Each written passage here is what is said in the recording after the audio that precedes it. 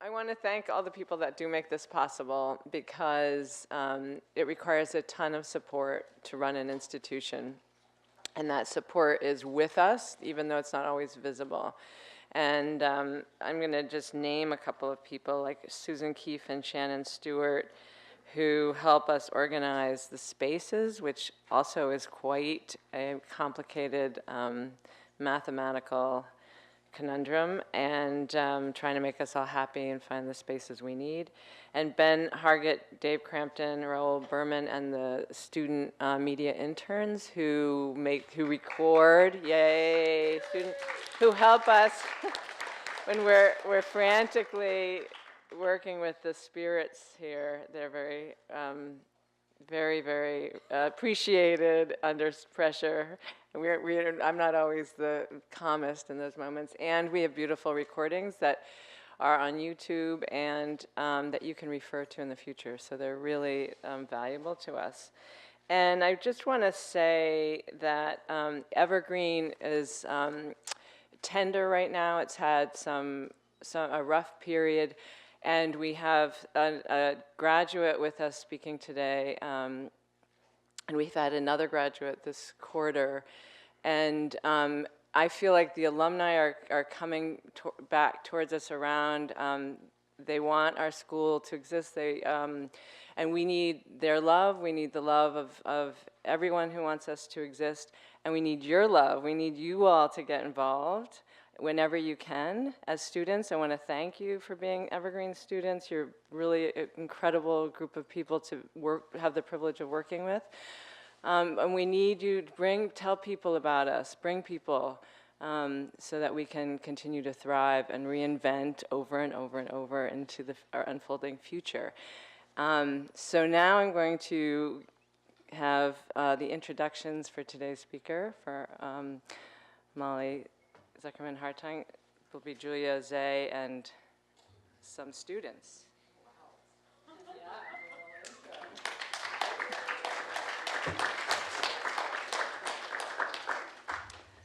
Hi, everyone. We are really lucky, and I am really happy, thrilled to see Molly here today, back at Evergreen. I'm going to tell you a little bit about why I think Molly's fantastic, and tell you about kind of the world accolades, and then I'm going to invite some of my students up, and we did a little creative exercise this morning in response to Molly's work. So I first met Molly in 2003, right when I moved to Olympia to teach here at Evergreen, and so she was one of the first people I met here, and made those first years when I was here much more interesting and vibrant, when I still felt like, wait a second, I'm a professor now, and needed to have a little more street cred. And Molly was plotting and planning to get out of here and head to Chicago to go to the School of the Art Institute of Chicago to go to grad school, where I had just finished about 3 years earlier. And I remember sitting in my office, which was the old ticket booth up around the corner, having a conversation about kind of art and what to do with it. And I think one of the first works of Molly's that I ever saw was hanging in, I think, was it the original QB, or is it in the QB now? The original, it's in the QB now, yeah. It was there. So there's a painting of Michael Jackson in QB, which you may have seen, which is Molly's, and I think that's one of the first paintings of Molly's that I ever saw. And maybe you'll get to see that today, I don't know. It's part of Olympia history. So anyway, so Molly and I've kind of stayed in touch and remained friends over the years, and I feel like my sense of what it means to be an artist right now has been really impacted by and kind of buoyed by the kinds of, the ways that Molly's in the world with her work. So Molly Zuckerman-Hartung was born in the 70s at the edge of the Silicon Valley, spent formative years in Olympia, graduated from Evergreen in 1998, spent more formative years in Olympia, moved to Chicago in 2004, that right? To attend graduate school in painting at the School of the Art Institute of Chicago.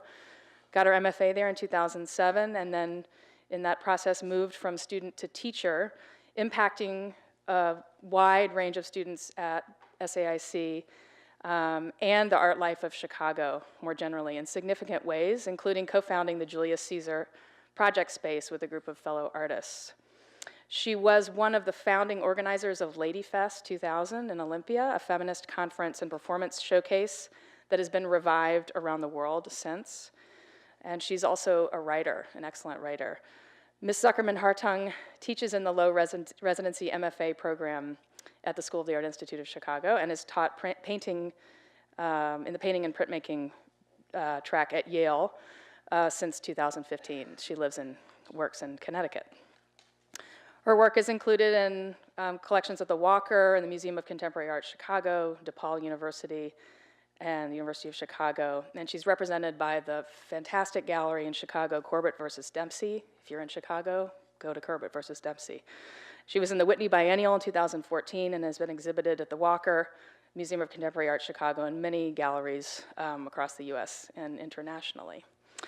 So I mentioned that Molly's an excellent writer. She's an excellent thinker and reader, voracious reader and thinker, and it makes its way into her writing, which is kind of appears in a wide variety of forms.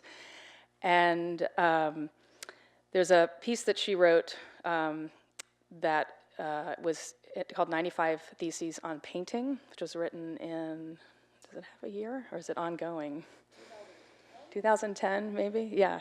And it was distributed as a little booklet along with at the MCA, right, as a little booklet. And it was on the wall at that show at the MCA in Chicago. And it's also on her website, so everyone can go read it. So I was talking about this piece with my students this morning, and we were reading some of it aloud together.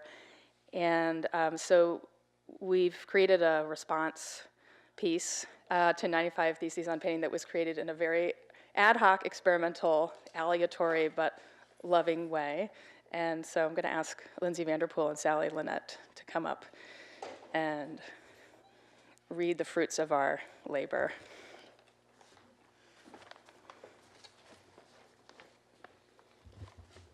Hi. 13, I believe in drinking too much coffee and hoping for the best. 13, I believe in using photographic techniques that are considered obsolete. 13, I believe in the value of frivolity.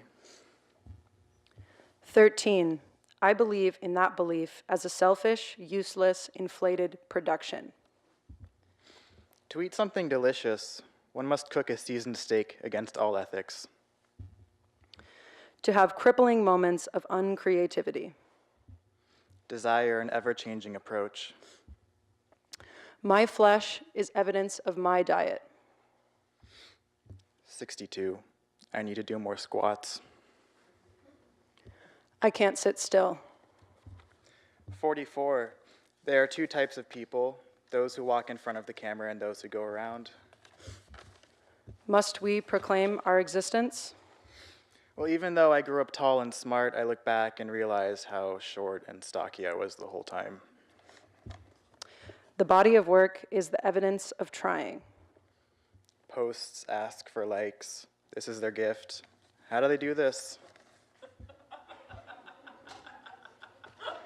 I feel completely justified. Thanks.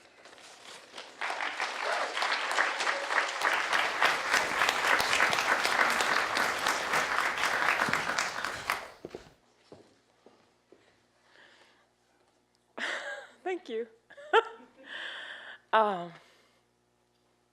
Good God. I don't know if I think I might weep multiple times in this lecture. Thank you so much, Julia. That was lovely. Thank you.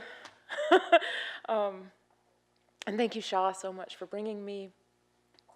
Of course, maybe you haven't guessed already, but I will assure you that my parents are in the audience, and friends from as far back as high school, I hope, are also in the audience. And it's beyond an honor to be here.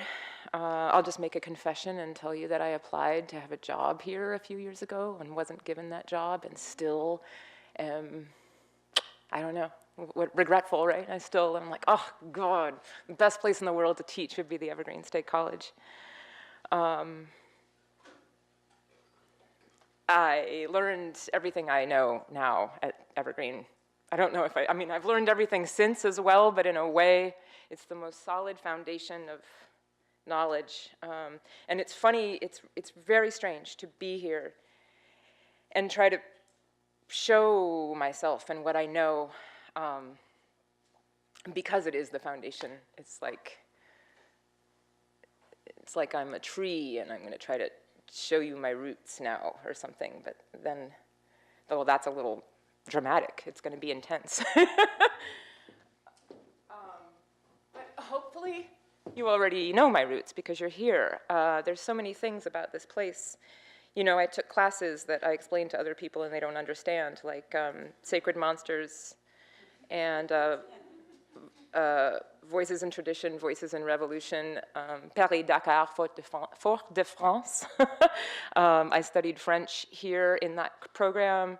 I believe Sacred Monsters was first, or maybe the Paris-Dakar program was first. And I went to lectures entirely in French. I didn't speak a word of French. So for the first semester, I didn't know a lot of what was going on. And trying to explain that to people is always very funny. They sort of look at me like, so you call that an education? You know, my very first year here was the core program, right? You guys still do core program? Sometimes. I remember studying Martha Graham, the dancer, Einstein, the scientist, Margaret Mead, the anthropologist. All of these things were somehow linked together. And that's just still how I think. I still move freely from field to field, compartment to compartment. But you guys won't be surprised by that when I start doing it here. I'm clutching my airplane pillow / blanket. These are the things I've started making very recently, and I decided that they would be very specifically sort of brought on the airplane to whatever lecture I give. So this is the 13th lecture, I believe, or maybe the 12th lecture that I'm giving this year, the 2017-2018 year. So I do travel a lot and give talks, and I still consider it somehow the thing that I do most. Like, actually, I'm a lecture artist, a performance lecture artist. And I was telling my beautiful camera person before this that I may do this and walk away from the microphone. And I know it's terribly unnerving because there's this YouTube video.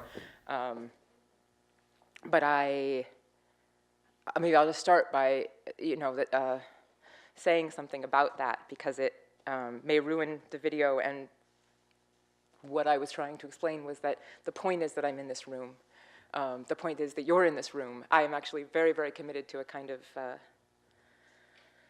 embodied cognition, is one way to talk about it. Did I ruin the video already? No. Okay. I just moved off of the screen that I started on. Huh. So that looks orange, but it's pink. So now you have an idea of the shifting colors that you might experience. I moved off that screen, but that was my website, so that's a good place to start. One of the things that I did in Olympia for those many, many years was work in used bookstores. I worked at Browsers for many years and at Orca Books. I believe they're both still here. And then I moved to Seattle for a little while and was a gift wrapper at Elliott Bay Books, and then they didn't hire me. And then I also worked at Barnes & Noble. No, I'm sorry, Borders. Gosh, it's funny, it's amazing I get them confused. Borders in Seattle, just long enough to try to unionize, and when the union battle failed, I quit, moved back to Olympia. So when I made my website maybe 8 years ago, I decided it would be, You're gonna forget it? I decided it would be, what? There we go.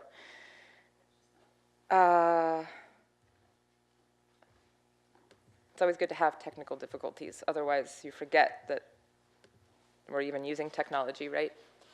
I decided that my website would be based around the alphabet, which is not a visual art structure usually, but it can be.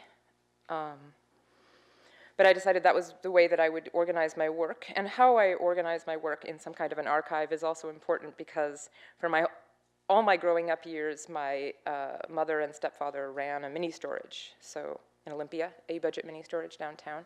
So and I worked there for a while, and I cleaned storage units. And so I thought a lot about storage and archiving and how one stores things. Also, my father, who's also in the audience, is an architect. And so turns out I thought a lot about space. Hi, Tracy. And how space functions and floor plans. And so, okay, that's enough about that. That's some backstory. This first image is just this little painting. It's about, I don't know, 1.5 by 1.5 feet or something, and I gave it to a coworker when she retired last year from Yale, and I thought it was a funny way to talk about having been a teacher for many years. You've looked at a lot of cloths. And also, it's of course based on Joni Mitchell's song, I've looked at clouds, and I've been thinking about, well, I always think a lot about Joni Mitchell's voice. For many years here in Olympia, I listened to that album, Blue. I just would like turn the record over every time it was done. But the whole thing about having looked at anything from both sides, I know there's been a lot of critique in the last few years of binaries. There's a language of critique of binaries. And I'm always really trying to argue for dialectics and for ambivalence, ambivalence. We as humans, mostly, there are of course exceptions, but mostly we have these two sides. We have two sides of our brains, we have two sides of our bodies, and there's a lot of correspondence between those things. And there's this writer, Willem Flusser, who writes about how we make things. We make things, the gesture of making is the gesture of bringing one's hands together around something. And the two-sidedness has to do with the two sides that the hands hold, and they do different things. And there's a kind of classic thing people say, you know, on the one hand, well, on the other hand, and on the other hand, and, you know, there's a, what is it in Tevye, Fiddler on the Roof. I think he has many hands. He starts to exaggerate the hands. This is Fox, my girlfriend. We painted the solar eclipse this last year. It wasn't total in Connecticut, but we went out to the beach and brought our easels, our friend easels, and painted the eclipse, which is, so you can see her there with the glasses on, but right, it's very different than photographing the eclipse. We just sort of experienced the time and the light and the experience with beach, and things got dimmer and then sort of renewed their light.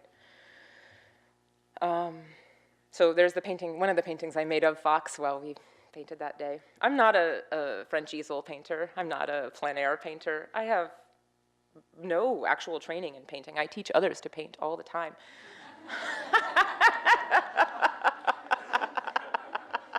But I'm not authorized. And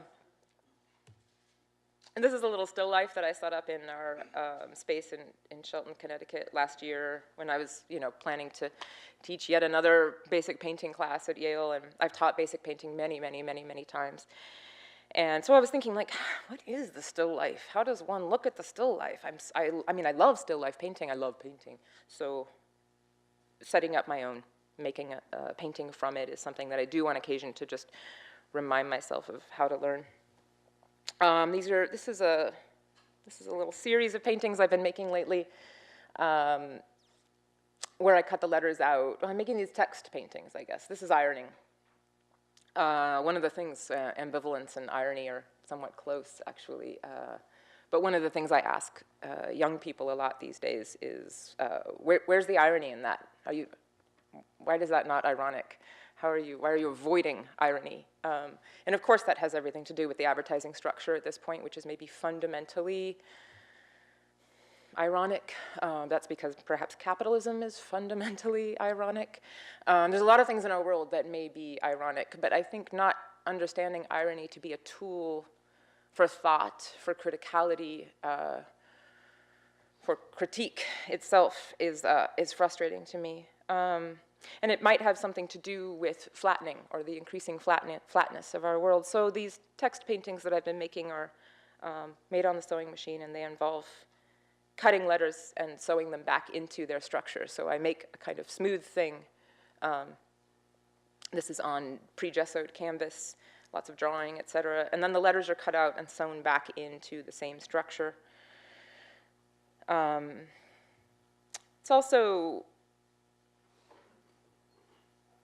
also about ironing this Tilly Olsen story. Has anybody ever read I Stand Here Ironing?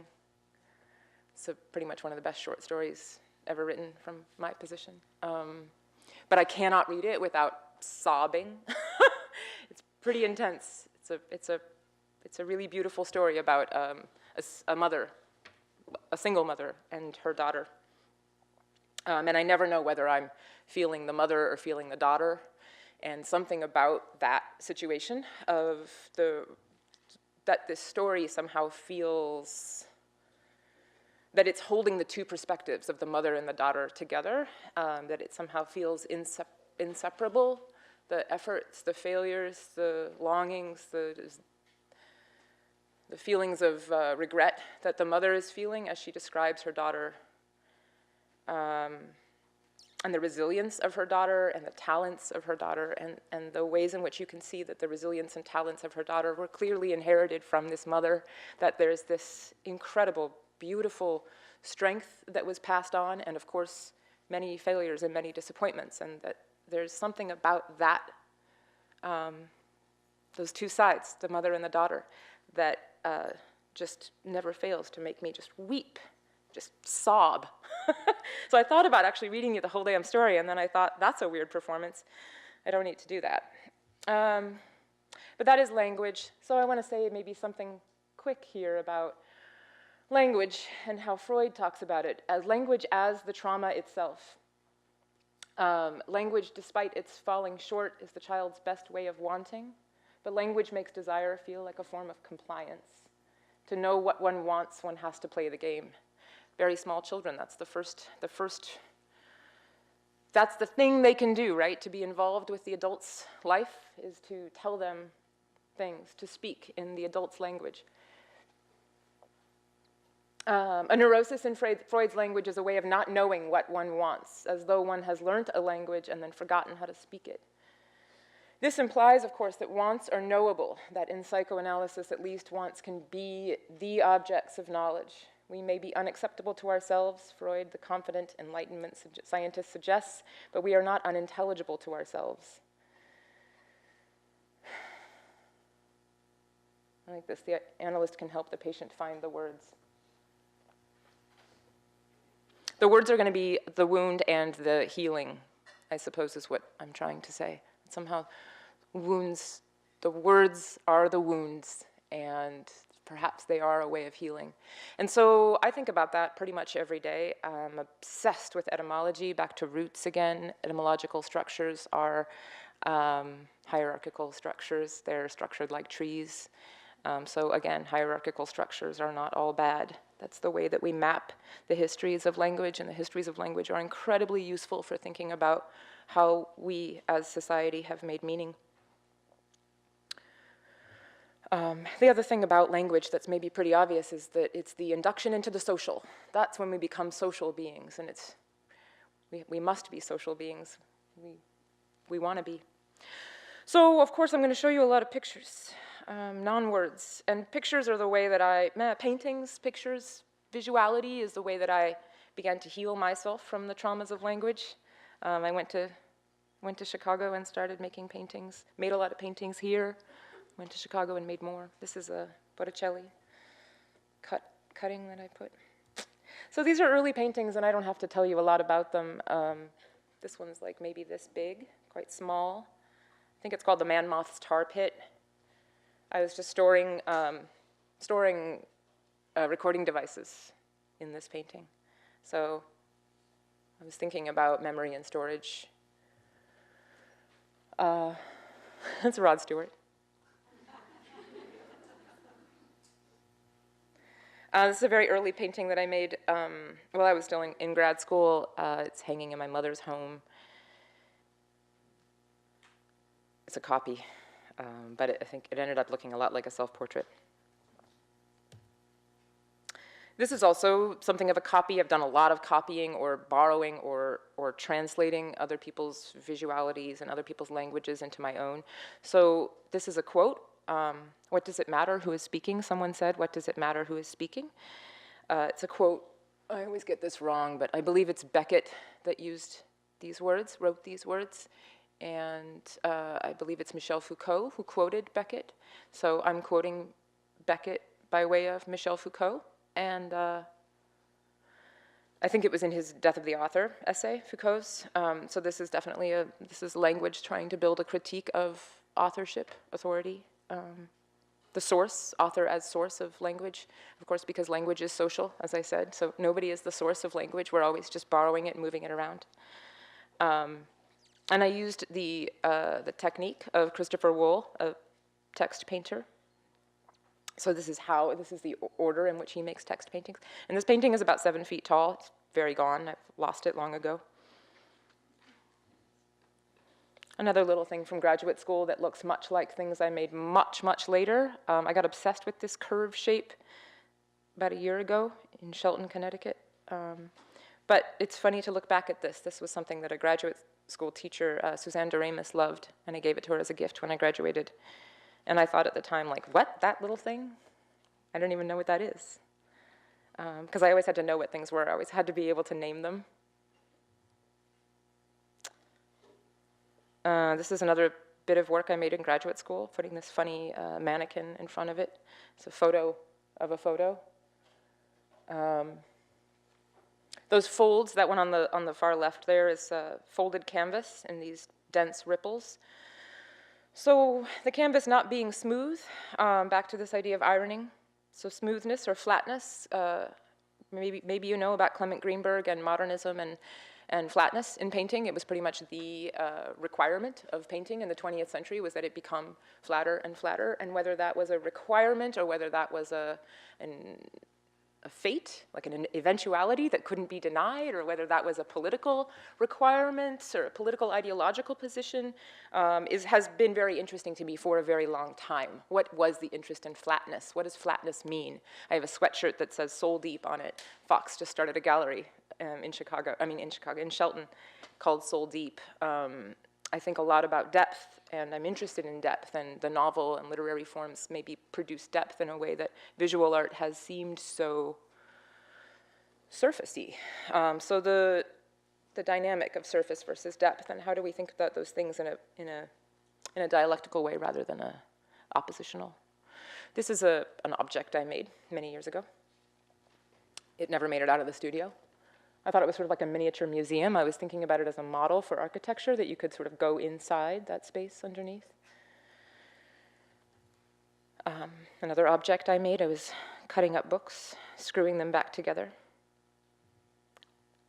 A painting I made maybe 10 years ago, 9.5. Took a few years to make. Been talking about these again a little bit with Fox. They look in some ways like the things I've been making recently, which are very much about, so this is oil paint on canvas, but they're much more recently and much more about sewing, but still with these kind of pieces. And the tradition that I'm working with is geometric abstraction, hard-edged geometric abstraction. And one of the things that Fox suggested I try to talk about here in different ways was compartmentalization and decompartmentalization, and why I might have been interested in boundaries, in edges, in distinctions between things, that wasn't just aesthetic or something, that was pretty fundamental to how I've been thinking for many, many years, is why do we make a distinction between this and this?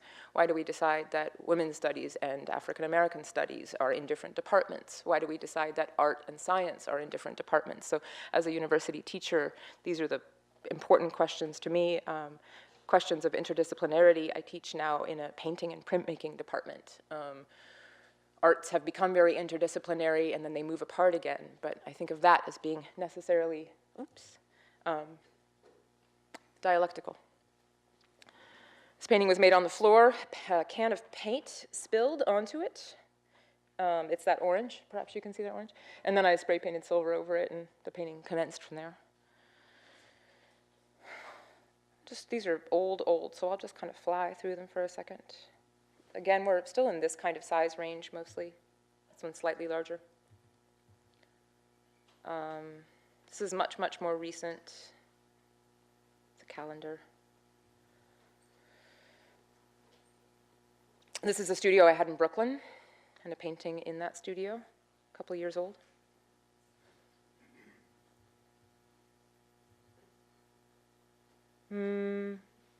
This is a Dirk Bouts painting, Northern Renaissance, Netherlandish, and it's just, it's the relationship between mother and child, of course, which I've already mentioned, and it's also the way she holds the foot. I've long been interested in that specific space of holding, what kind of holding that is, that it's a weave, there's a kind of weave, and that weave is different from containment and different from looseness, right? So they are connected, but not in a controlling way. These are the paintings that I made. I made a ton of this symbol. I basically just started using this symbol obsessively. So it's a solar eclipse, or it's my idea about that kind of holding, this kind of biting. And I just drew it hundreds and hundreds of times. I was also very interested in the fact that it was contained within the rectangle. So I was trying to draw dialectic, basically. The idea was that the whole structure is one, and it's also two as they meet, and those two produce a third, and then I would have, there would be a kind of multiplicity based around my thinking about painters like Morandi. If you know Morandi's still lives, I have this whole sort of way of talking about paintings where it's very much about counting. So pretty much any painting, if you quickly sort of glance at the painting, you'll have an idea of how many there are. It's not like CGI, it's not like infinite, right? But there's a sense of too many to count, that's one idea. And then it drops right down from too many to count to something like 5 maybe, mostly 4, 3, 2, and 1. But the ways that those numbers are complex has been long interesting to me. Some basic examples of the 4s would be like the Four Seasons paintings, there's a lot of those. Mother and child, is that 2 or 1 or? I won't talk about this. This is a painting I made. And this was the process of making it. This was in Knoxville, Tennessee. I was a visiting artist in Knoxville, Tennessee for, at the University of Tennessee, Knoxville back in 2014, I believe. And so they give you a studio and you teach, and so this is the work I was making there. I was working with the color purple, got really focused on the color purple and all the possibilities of purple, all the way from red to blue. Obviously, there's some green and yellow in that room, but this is a video I made right after that. I started working a lot with Chantal Akerman's films and re-photographing Chantal Akerman. Uh-oh. Oh, okay. Ah. What's that? No, it was just a video. It had to wake up. So here's a tiny bit of that. Chantal Akerman was a Belgian filmmaker. This film was called Je tu, il, elle, and so I, you, he, she. And it starts off with this, with her sort of in this room by herself, moving the furniture around, getting rid of the furniture. My video was a lot about re-videoing and just learning about, oops, then it did that. Should be fine, yeah. There we go. And so I did a lot of these too. This is me posing in front of various images. So it was just kind of basics of video and photography. There's my mother. She was helping me. And thinking about, I've thought about, well, in a lot of different ways, but this was some idea about how I'm like a white brunette. That's my generic category. When you see me from a distance, that's what you notice.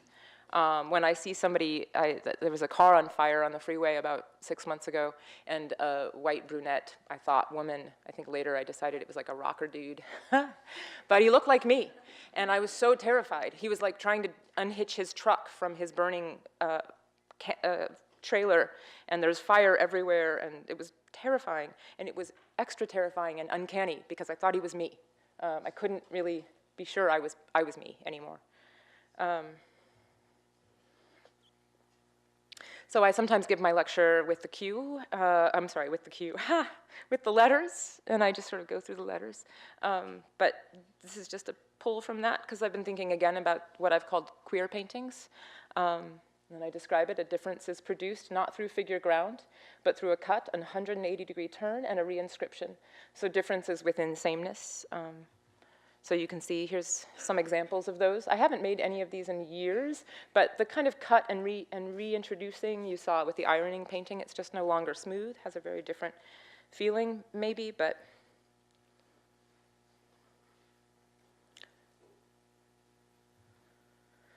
my friend Greg Bordowitz talks a lot about Keats's idea of negative capability, and I guess another way I think about these is negative capability. One of the ways you can talk about negative capability is to say that an individual can entirely change a social structure through their own thinking and presence, that they can kind of invert or transform a way of thinking. And of course that can be a positive thing, and that can perhaps be a terrifying thing, I don't know. But the relationship between the figure and the ground, or the individual and the social, would be things I've been thinking about in abstraction for many years, and in concreteness or intimacy. One of the ways I think about abstraction generally is just that it's a way of acquiring distance, producing distance. These paintings, this one and this one, are about 6 feet tall each. They're slightly different sizes, and they have a like a transplant experience. So they had belly transplants. So each has the other's belly, if that makes sense.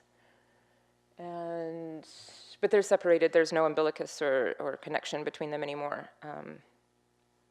They're not necessarily linked. They just contain parts of one another. Here's some curves. I cut a lot of these curves in the last year or so we're up to very recent work. As I said, I've been living in Shelton, Connecticut. It's about 25 minutes from New Haven, where Yale is located. And I moved there into this very funky warehouse space that didn't have a shower. It had it had a boys' bathroom and a girls' bathroom. The boys' bathroom had a poop in it that just wouldn't go away. So I had that door closed for about 7 months, because that's how I deal with problems. And I was going into Yale and taking a shower in the basement of the sculpture building. There was a shower down there that they had locked, and because there had been orgies, I suppose. That's what I heard. So I was using that shower and then going upstairs to the wood shop and working on my fear of a lot of things. Power tools to begin with, but more important than power tools, the way that people talk to you around things like power tools. I felt shamed a lot at some point in my life, apparently, and so I often feel that I'm doing something wrong, and at Yale I always feel like I'm doing something wrong. It's a very oppressive and controlling and authoritarian and bossy environment. That'll come back in a sec, right? Yeah. Oh, it's the mouse that really, gotcha, thanks. Anyway, so here's some more of those curves. So I was going upstairs to the wood shop and trying to work through my fear of many things by cutting these curves on the bandsaw. And, the bandsaw would whine as I cut the curve, and then the shop monitor would come around and look at me funny, like I was doing something wrong. She's a friend even, but. I ended up calling the show that I put some of these curves in Learning Artist. It was at Rachel Effner Gallery in the Lower East Side. So you can see I was trying little games, little kinetic games. I called it Learning Artist because I just really wanted to sort of talk about and think about that, about learning, about how we learn, about how shame connects to learning. I think it's a pretty fundamental part. Humiliation, shame, maybe they're necessary for growth, but they're also really difficult. They're definitely just common in art departments. So I wanted to just sort of talk about that, open up a conversation around it. This is a painting I made many years ago, showed it in Germany, a small gallery in Germany. It's got wheels. Yeah, the burden of painting. Some more of those curves, just a simple brad at the joint and then moving them around.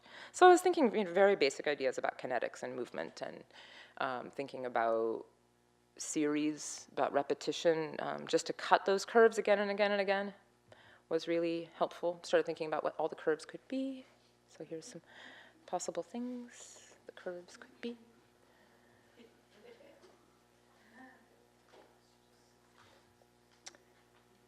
I started putting them on these little shelves and lining them up together. I was thinking a lot and still think a lot about early childhood. Toys, blocks, childhood, development, the need to hold on to something. So I said abstraction, and of course I'm an abstract painter, and at the same time I'm not talking about the abstraction of capital. I'm not talking about the semiosphere. I'm not talking about digital life or virtual reality or artificial intelligence or any of the abstractions of capital that we experience now. I'm talking about a curve you can hold onto with your hand. And you could try to fit it together with the next curve. So here's a bunch of them. And they started feeling very much like language, like poems on the wall. Am I okay on time? Am I good?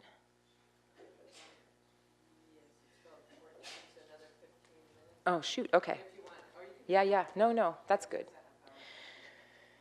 So made a lot of drawings when I was in the South, listening to jazz. So this is Charlie Parker. So I would drive and put the book on the steering wheel and then draw while I listened. I was still looking straight at the road. I was very focused. This is from a show in Chicago about a year ago. It's about a 7-foot-tall painting that was begun the day that Trump was elected, and then I worked on it the rest of, 8 months longer, and this is where it ended up. And the show was called Jennifer Jason Leigh, another one of those brunettes that I think about a lot, white brunettes. So these are some paintings from that show. Fox helped me with this one. She made the small marks on the lower half of the painting, and I made the small marks on the upper half.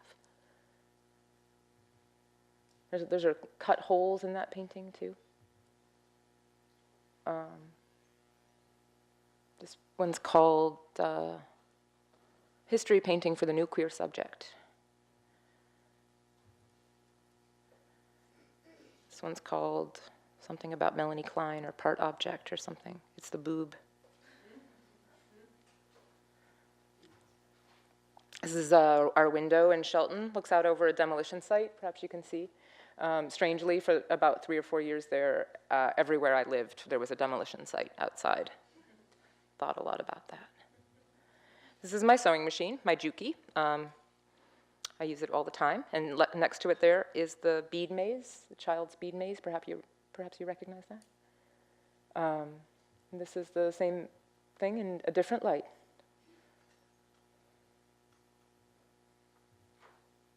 It's a self-portrait. This is another self-portrait. I was talking about the octopus a lot and the spine and the non-spinal structure back then. This is maybe 7, 8 years old. So there's a bunch of those. They're sort of, invertebrates.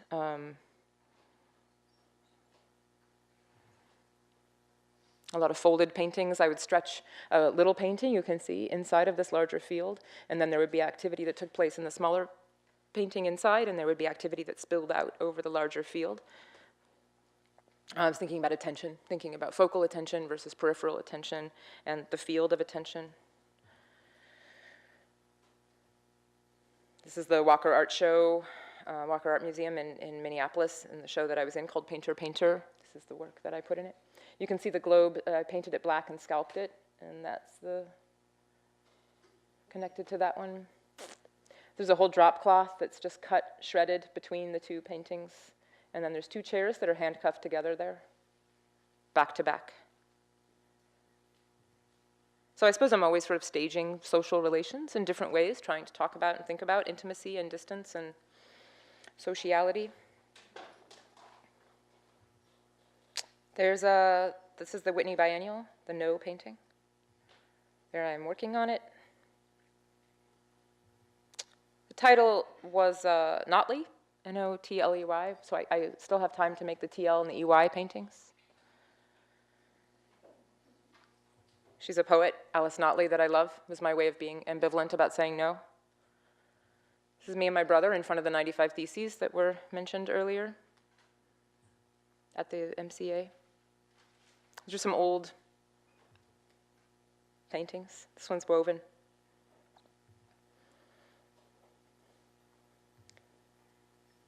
We have to fit questions into this time period too, right? So maybe if you guys want to say anything, speak back to me. I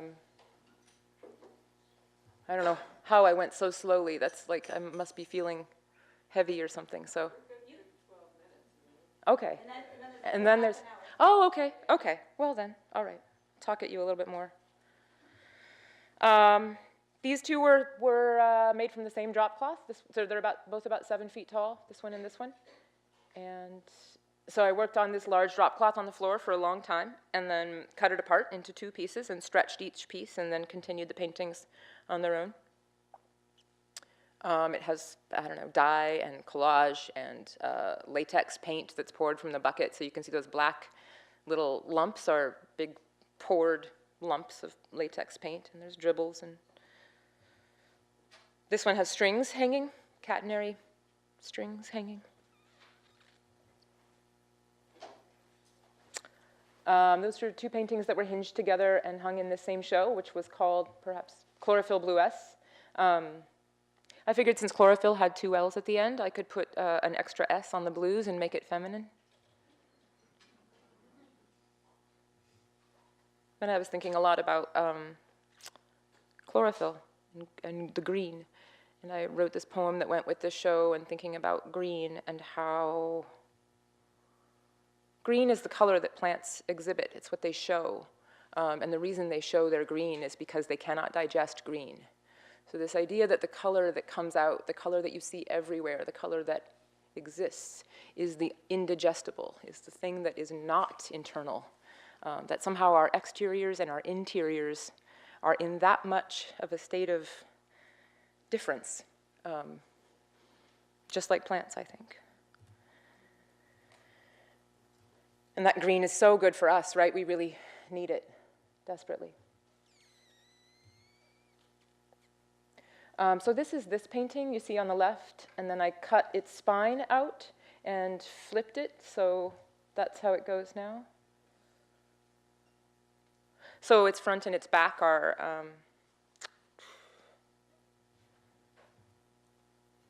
this is the Poor Farm in Manawa, Wisconsin. Michelle Grabner, who also curated that Whitney Biennial that I was in. This is her and her husband, Brad Killam. They run this farm. It's called the Poor Farm.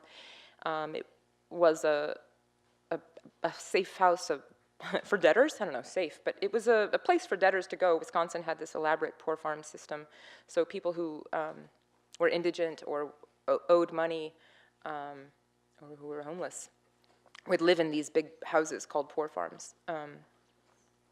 So they bought it at some point. The poor farm system had fallen into disrepair, right? This is the old socialist Wisconsin. And now it's a visual art, it's kind of like a Kunstmuseum or something. It's like a visual arts house. They have people come every summer. They do year-long exhibitions, and every summer in the first weekend of August is the opening. So this summer, Michelle was going to be at Skowhegan all summer long, and so she asked me, or let me, curate the whole show with Nicholas Frank. So the 2 of us curated, and we called the show Listening and Making Sound. And it was a really important show for me because I brought some people from Olympia, people I had known in Olympia, Joshua Plague, Wynne Greenwood, Brian O'Keefe, Carrie Cronenwet. I didn't know Amy Yao back then, but Amy Yao was a big part of the punk movement. So there was this, oh, and Rockno, which I always say wrong. I'm sure I'm saying it wrong. So I wanted to start thinking about the connections from my own growing up here and my life as an artist. I became a painter and for a long time thought, now I have nothing to do with my former life as a punk rocker and a feminist, and now I am different. Now I'm committed to painting, and I will not do those things that I used to do. And right around this time, which is maybe 2-3 years ago, I was like, that was ridiculous. What kind of a weird boundary did you want to make there? So I started looking back into my own history and trying to think about how to connect the ideas. And so listening and making sound made a lot of sense. Obviously, also in our political climate, our emotional climate, it seems harder and harder for people to listen to each other. And I didn't want to keep it so tight as talking even. I just wanted to sort of open up to this idea of this experience of listening and of making sound and of experiencing ourselves as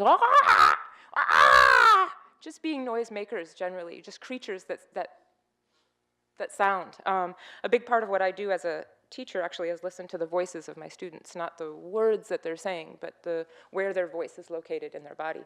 You can hear, if you're a good voice listener, that I have tears in me right now. There's a lot of fluctuations in my voice. It feels, there's a softness in my body that's causing a certain teary quality in my voice. And you can hear that in people. You can hear so many registers at any time. You can tell whether they're feeling confident or whether they're scared and their voice is coming from up here, or whether it's dropped into the abdomen. So I wanted to spend time with other people sort of working on that register. This is a sculpture made by Dana DeGiulio. It's a clay body stuffed with chickens, squeaky chickens. And she put the whole thing in a suitcase. It's a very political object. It's got a TSA inspection notice in it, so she wants it to travel as much as possible, to cross boundaries and move through those zones, such as the TSA. This is my library. It's still there in Manawa, Wisconsin. This is a corner of it. It's just being stored there. So when I moved away from Chicago, and then I stored the library in the Poor Farm. Now I have a whole new library. This is Travis Ono, invited by Danny Giles to that. So Travis Ono did a performance, amazing performance. This is Matthew Evan Taylor. He did he put all these beer bottles around, and so he's playing the saxophone. He put all these beer bottles around the space, and then started playing his saxophone. And we did an improvisation workshop anyway. So eventually we were all breaking beer bottles and making all kinds of sounds, and it was really intense. I made a lot of these paintings for a while. These are about the seams and about the kind of fluidity of the paint and the boundary of the seam. So I would make these kind of sewn structures, often grids, and then put them horizontal and then pour paint. So the paint was always sort of moving or not moving, stopping at boundaries, and also bleach, and then penetrating boundaries again. I've been working with these ideas of, fluids and overflow for years, hoping that the kind of metaphorical ideas about larger water containment and uncontainment issues, both from the leaky body that cries to dams and other larger sea rising, would just come to mind and be something that I suppose that you could be sort of in an emotional or a lighter space, right? This isn't about reading the news. There's no information. I have no information to impart to anybody. I'm just trying to produce environments that allow us to feel and think at the same time.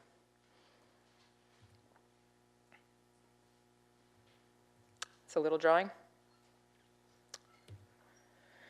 This is a show I put on in Fiendish Plots in Nebraska. My friends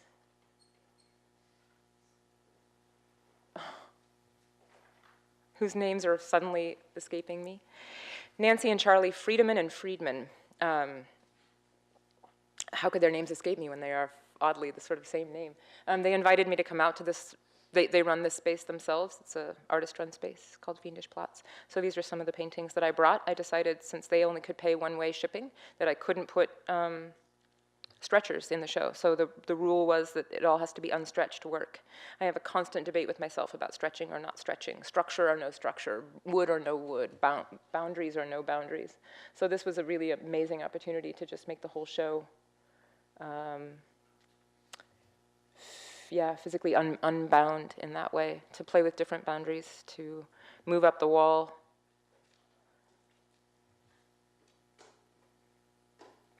This is obviously a lot of bleaching, and a lot of these are made, I was thinking a lot about film, maybe that's obvious, and they're made on top of each other. So I would put a whole stack of these pieces of cloth together and then stitch them together and bleach through the stitching. So it would saturate the whole thing and be in a kind of fade. This is all bleached in sequence and then cut up and re-put together like a film, right? So that time is out of joint the way that it is in a film. There's not sequence. I think a lot about sequence because time and sequence itself are weirdly, when you're a visual, like a painter, time is just different. So you have to sort of focus on it in a way. That's called Lurch. You can see the steel pole bathtub t-shirt in the lower, after the steel pole bathtub album called Lurch.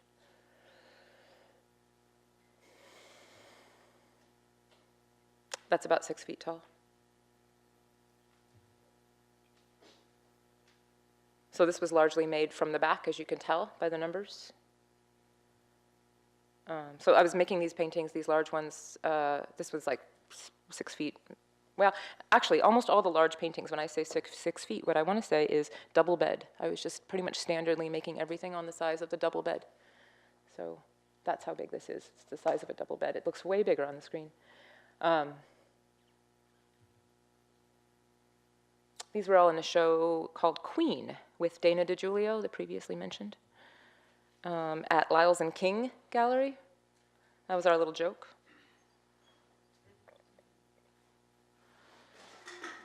This is Chris Rock Oscars, because Chris Rock really did a great job with the Oscars that year.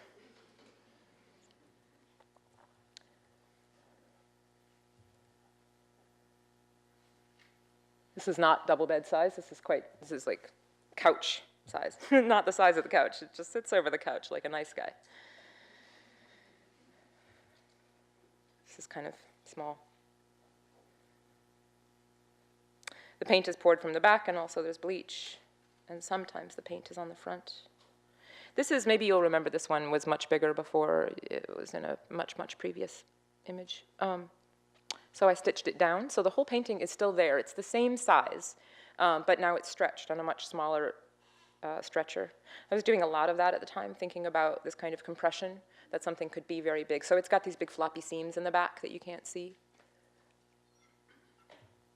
Ah, and now you can see them. I forgot I put the slide in. This is exactly the size of the windows in our place in Shelton. And it's part of a series that I was calling Dirty Windows. The grid, the window, classic painting trope. Little one, channels, drawing.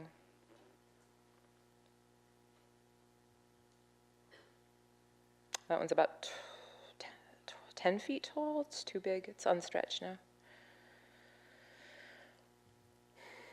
I'm going way too slow. So I'm just going to bounce through these. This is a show, this one, this one.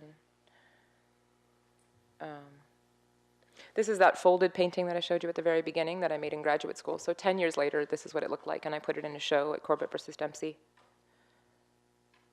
Been thinking about those folds ever since. This one was made by folding and pleating the whole painting and then drizzling silver paint across those pleats. And then when it dried, I opened it back up and stretched it. So this, you know, maybe you've got the feeling now of the accordion or the fan, or this feeling of folding and opening and folding and opening. Maybe that's making it clear why I finally thought of ironing. That painting is illegal. That's a real flag, and it is, well, in Chicago anyway, in Illinois. Illegal to exhibit, illegal to sell. We showed it. But my gallery did a lot of research because they need to know. Okay, here's some of the curves. I'm just gonna, this is a, sold that one at an art fair. That's funny, ironic. There's one. It's good. Those are real, you can see clown arms coming out.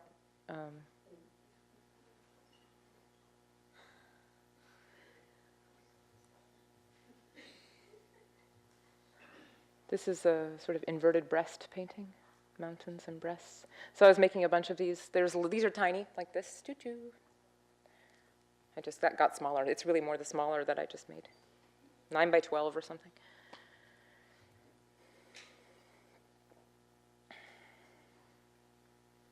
Different kinds of breasts and mountains and topographies. This is my studio at a certain point.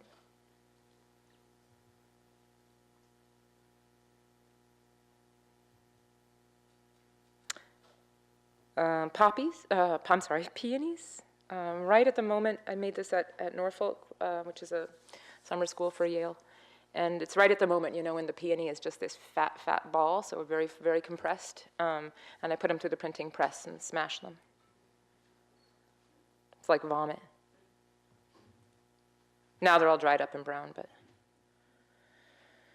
This is all Norfolk. I've been a visiting resident advisor teacher there for the last few years. It's in northwestern Connecticut. So these are just some little bits I've made recently, almost done. These are, you know, 2 oil paintings that I cut up and then put back together. Ellsworth Kelly's technique. This is a very recent painting, maybe 8 months old or something. Double bed size as usual. This one's smaller than that.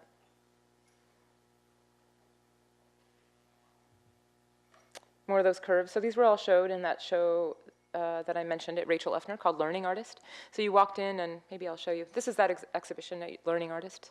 At Rachel Effner. So this is that most recent solo show of mine, January in New York. It's got a little child's mobile, you see, coming down to the ground. I was really working just with all this different scale, up and down. That's the entrance hallway. So you walked along and looked at all these little toys that I had made and the bead maze that I found.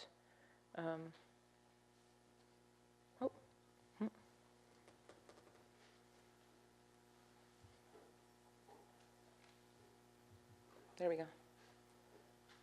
So that's at the opening. And I had a performance. My friend Kate Wawa, I had a bunch of performances associated with it. Kate Wawa is doing her dance performance here with one of the cloth pieces, another one like that. Trauma. It's just in the corner of the show.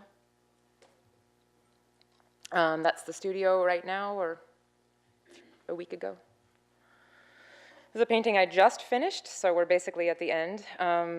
This is going to be in a show called My Vicious Throbbing Heart in a small artist-run space. It's called Franklin Street Works in Stamford, Connecticut, and it's about lesbian sex. The show, the theme is lesbian sex. So,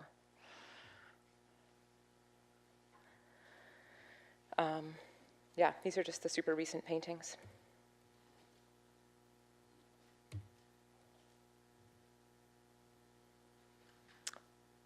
Littler.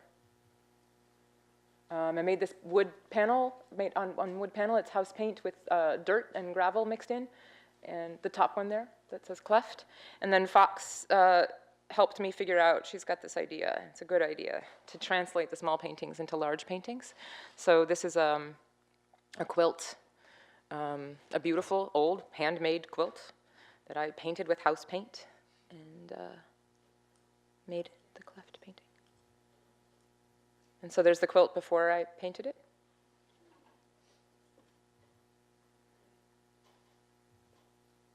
These are just some studies, things I'm thinking about.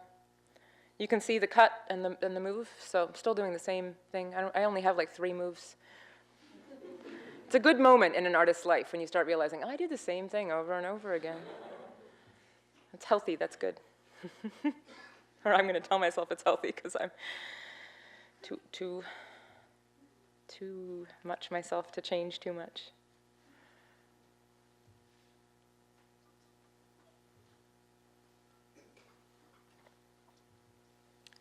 Another studio shot. Another text painting. It says, Il suffit que je sois bien malheureuse, which is in the letter that, in The Death of Marat, that painting by David, which I once enacted here in Olympia at a space called No Exit. I laid in the bathtub for 5 hours as like I'd faked my own death in The Death of Marat. He was a revolutionary. My mother showed up to that and was very upset. So I'm still thinking about that painting. So anyway, these are just doohickeys, little things, all the things I'm thinking about.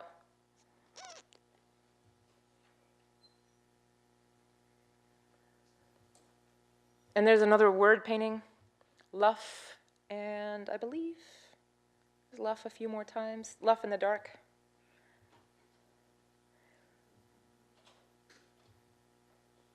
I'm going so fast you can't even see them. And then some more ironing. And some more ironing. And we'll, I think, end on that one.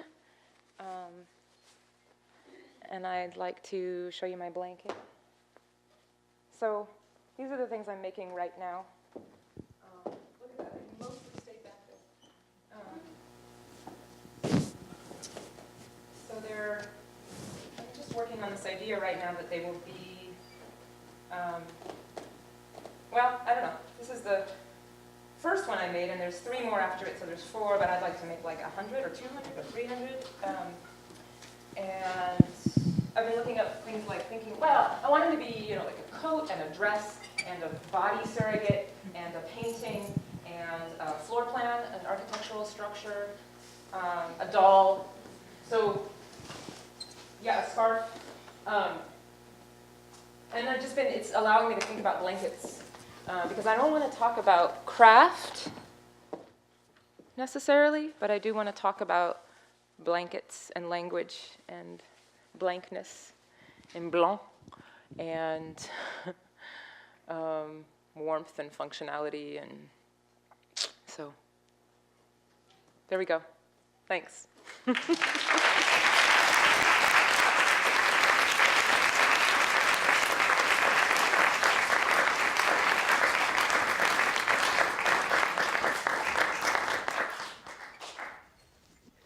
feel like I'm usually a lot snappier, but yeah, like I said, I'm in Olympia.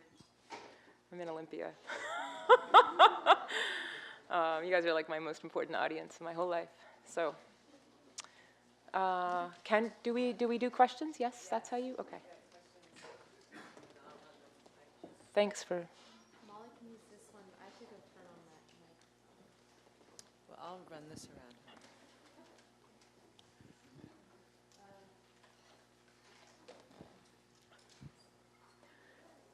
Oh, you got it.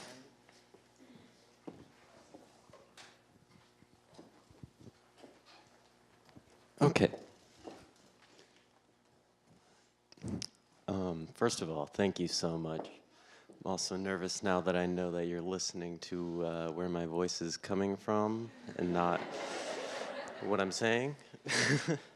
But I appreciate that you just showed us so much of your work and gave us like most of the information at the beginning, because seeing it, I just had to wonder so much. And I hope that this question can bridge 2 things with your method and also your teaching style. I want to know if there is some sort of center or something that you return to in the studio. Like, is your method maybe like you're just making all the time and in a way, collecting your own things and like choosing what you really want to show, like what you feel is important, or I just want to know what that sort of like, you know, I guess it's a hierarchical way of, since you have so much, it's kind of a way of picking. And then in that sense, like, how do you direct maybe your students' process in making work? Those are both really good questions. I like that you use the word center. I think about center and lack of center a lot, and it's very interesting that you're the first person to ask that question, the first person to ask a question, and that's the question, because of course I'm in my hometown right now, right? One of the ways that I've made a point of teaching about painting is to really get people to think about a frame, a rectangle, a boundary, an edge, a periphery, right? These words that I've been using. Clearly, the center might have something to do with all of those words. Often in a painting class and a drawing class, one of the first things I'll have people do is just draw rectangles and think about them as home, to talk about sort of metaphors of home. But in addition, I also hardly ever allow anybody to work at an easel. There's this sort of phase in the painting class, you know, if I'm teaching intro classes, that of course we'll work with the easel and do still lifes and portraits and landscapes and things, but I'm pretty quickly getting everybody off the easel and onto the floor, which is a decentered space. It's a de-hierarchicalized space. It's a space of perhaps childhood, memory, mess. My classrooms are disasters often, always. My colleagues generally think of me as the chaos producer, bringer. They don't really understand my methodology. Maybe I don't understand my methodology, but I'm sort of like, you must decenter, you must disorganize, you must disorient. Disorientation was a word I was pretty obsessed with when I was younger, because the word in the middle of disorientation is orient, and so the idea that the orient helped the Occident to know where they were, right? So where am I is a political question, is my point. And an emotional question, and a lifelong question. And how do I know where I am in relation is, of course, the beginning of the answer, right? I am in relation. And so I feel like there's a kind of, college is funny, since I teach college students, especially undergrad, people go away from home to college, right? And then they come to me. And then this speaks to like why we have to hold on to Evergreen. Because it's so important to go away from home and then to have these adults take care of you and confuse you at the same time. Like, it's just absolutely essential to be spun around and made super dizzy and super confused and super lost. And then to have people continue to stand around and say, it's okay, we've got you, stay confused, it's okay. You should be lost right now. And we have less and less structures in our society that are helping people stay safe while being lost.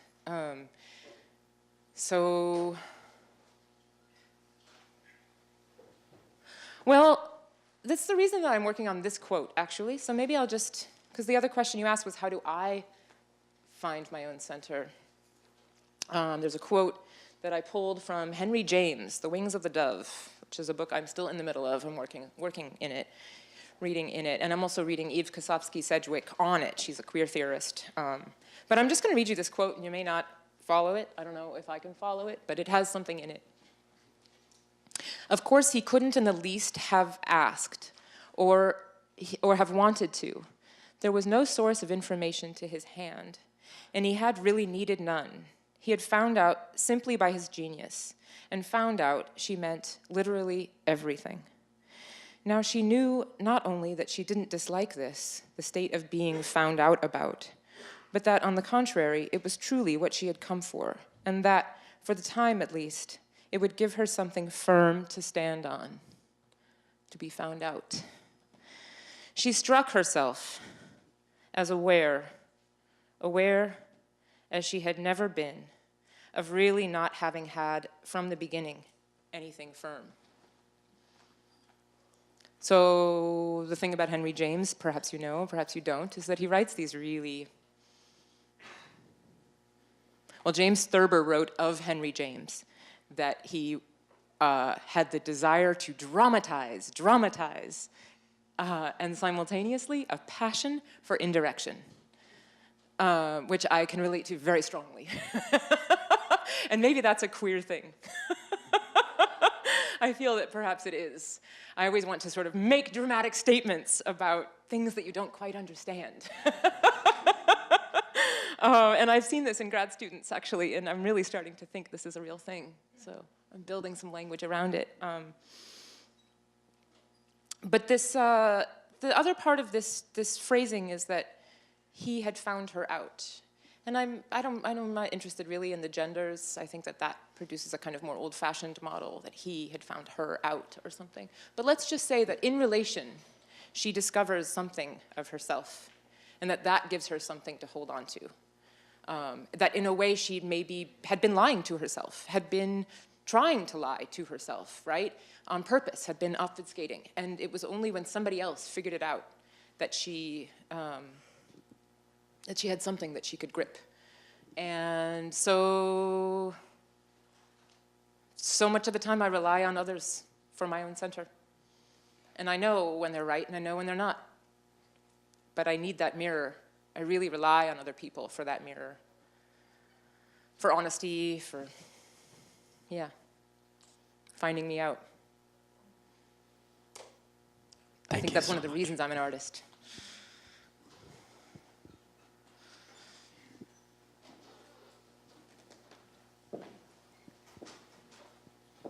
That was a good start, but good, okay.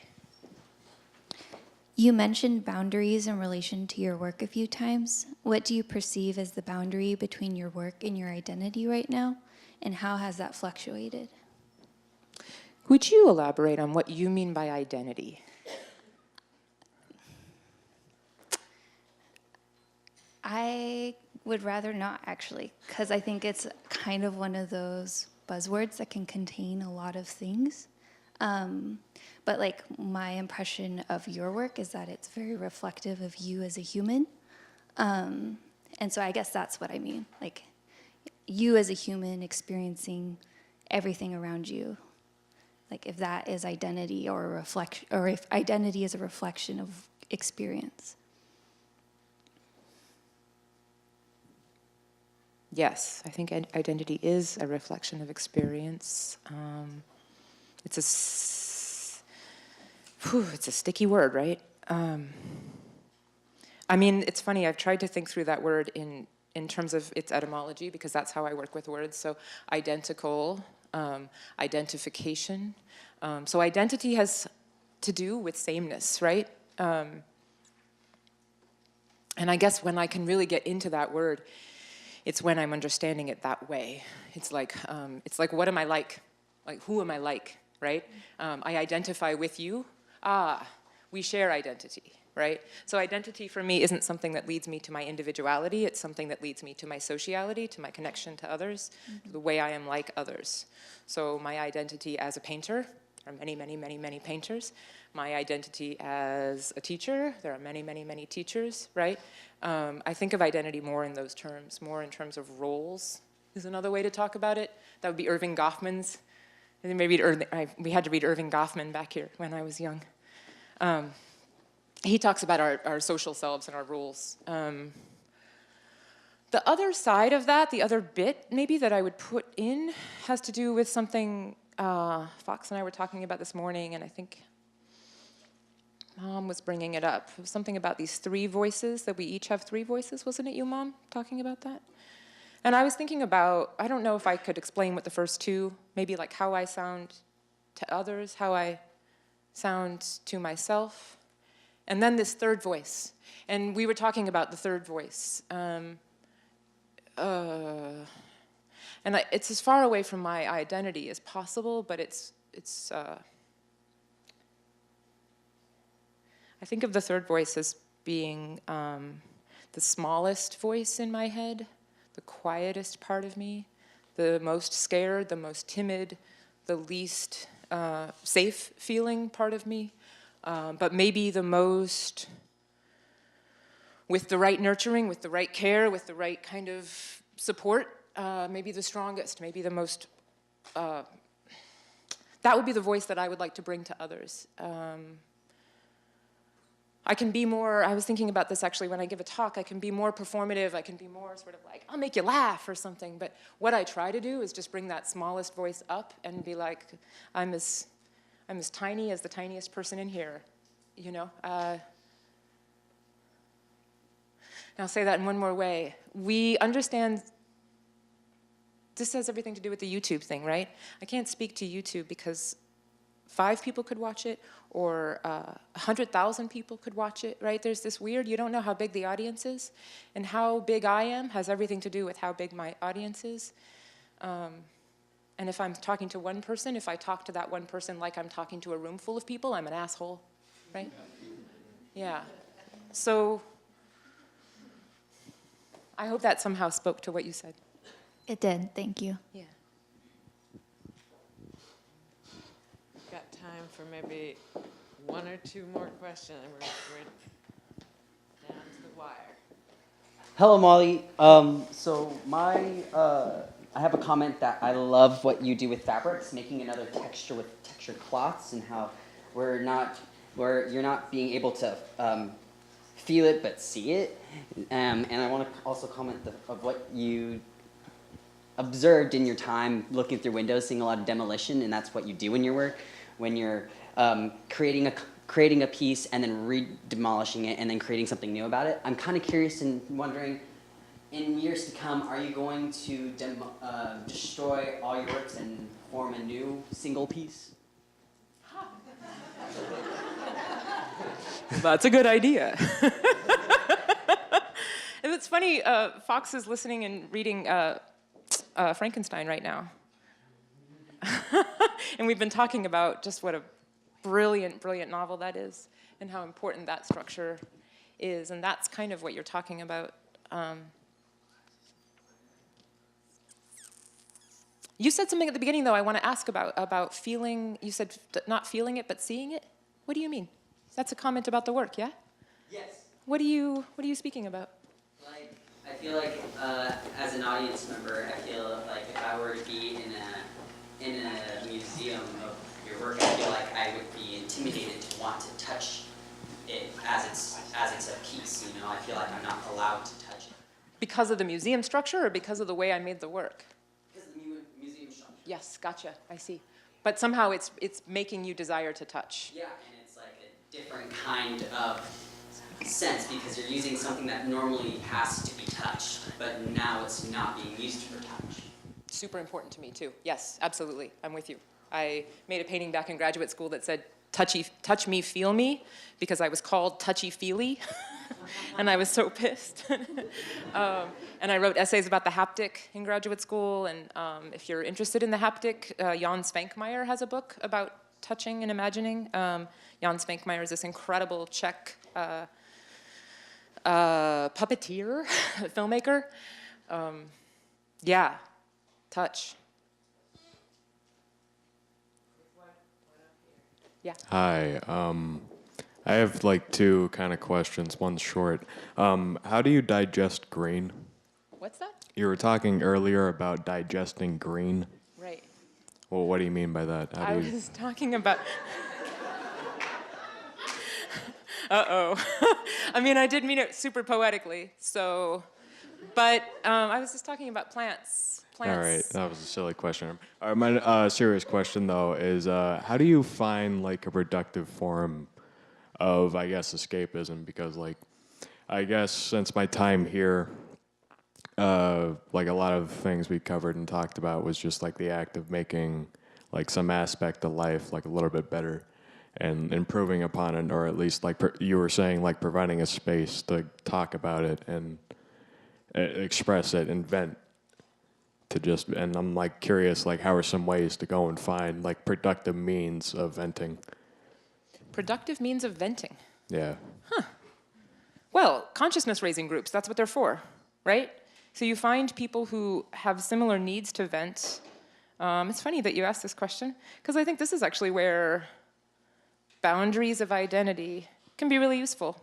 Just boring old, like, I mean, I think it's where the debates happen, but I was a riot girl, and I went to my first riot girl meeting in the, what's that building? It's where the food used to be. Is it still there? Off the cab, thank you. It was in the cab, and they had these, like, you know, chairs, like couches, sort of, and we kind of, like, sat in this couchy area. And it was all, at that time, people who identified as female who were biologically female.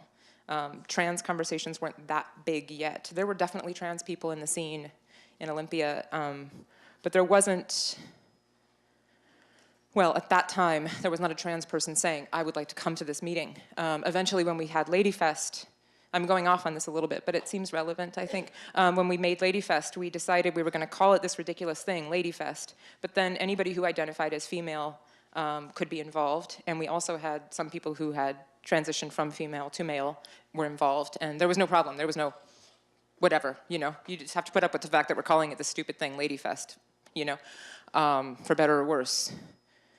But my point about that is that people who identify similarly should get together and bitch. I think that's really, really important. And talk to each other. And make room for each other, right? And when there's complaints within that group, and you're gonna hate each other half the time. We did in Riot Girl, I didn't really like that community. It's just that I needed that community. And then eventually, you know, I could deal with greater and greater difference. That's the other side of that. At Yale, we have an incredibly diverse student body, and it's amazing. But I just often think, like, yeah, go off and talk to people who are like you, and then come back and talk to everybody, and find the right language, right? So that we're crossing boundaries and also working inside of those boundaries and making ourselves feel, I don't know, clearer. And read things that maybe other people vented about in the past. Because I think that the venting is a beginning, right? That's where you get the anger flowing, and then eventually you start to figure out what it is you really need to do. But you've got to get the anger moving. Thank you.